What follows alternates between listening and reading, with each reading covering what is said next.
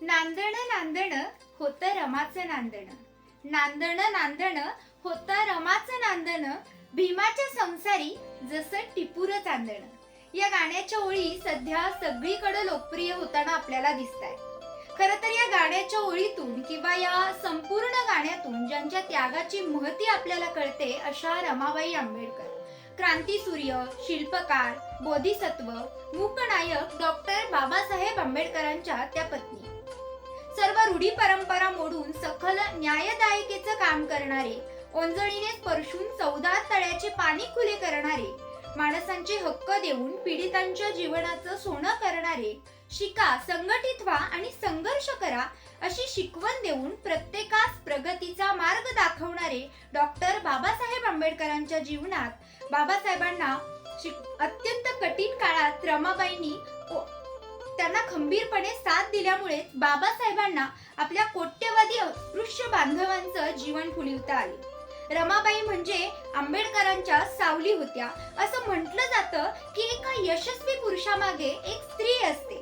या वाक्याप्रमाणेच रमाईंमुळे आंबेडकरांना शून्यातून विश्व निर्माण करता आलं हे नाकारून चालणार नाही. रमाबाईंच्या जीवनाच्या अतिशय हृदयद्रावक घटना आहेत. आवर्जून एक तुम्हाला मला सांगावीशी वाटते. एक प्रसंग होता. आंबेडकरांच्या डॉक्टर बाबासाहेब आंबेडकरांच्या सत्कार प्रसंगी रमाबाईंना जायचे होते आणि त्यावेळी त्यांच्याकडे नेसायला लुगडं नव्हतं, म्हणून त्यांनी आंबेडकरांचा फेटा नेसला होता, लुगडं म्हणून नेसला होता. तेव्हा या माऊलीने त्यांच्याविषयी प्रल्हाद शिंदे नावाच्या गायकानं त्यांचं वर्णन करताना फार सुंदर सांगितलंय.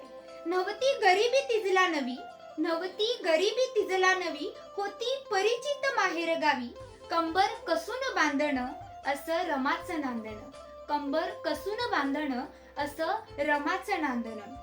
पार पाडी कर्तृत्व सारी, पार पाडी कर्तृत्व सारी, पाणी श्रमानं शेंदणं असं रमाचं नांदण, पाणी श्रमानं शेंदणं असं रमाचं नांदण. आताच्या शिकल्या सवरल्या मुलींना रमाईंचाच परिपर्श व्हायलाच हवा, कारण त्यांच्या त्यागामुळे लाखो महिलांचं आज जीवन बदललंय. वैवाहिक जीवनात अत्यंत हाल अपेष्टा, दुःख, गरिबी यावर मात केली, पण माऊलीने बाबासाहेबांपर्यंत दुःखाची झळही पोहोचू दिली नाही. अथांग संकट होती त्यांच्या पुढे, पण कधीच या संकटांचा पुरस्कार त्यांनी केला नाही. एका मातेसाठी तिचा मुलगा मरण पावणं यासारखी जगात कोणतीही दुःख नाही. रमाईंची एका पाठोपाठ 3 मुलं व 1 मुलगी गमावली, तीही औषध आणि पाण्याविना तडफडून मेली. 1940 मध्ये लिहिलेल्या थॉट्स ऑन पाकिस्तान हा ग्रंथ बाबासाहेबांनी रमाईंना अर्पण केला.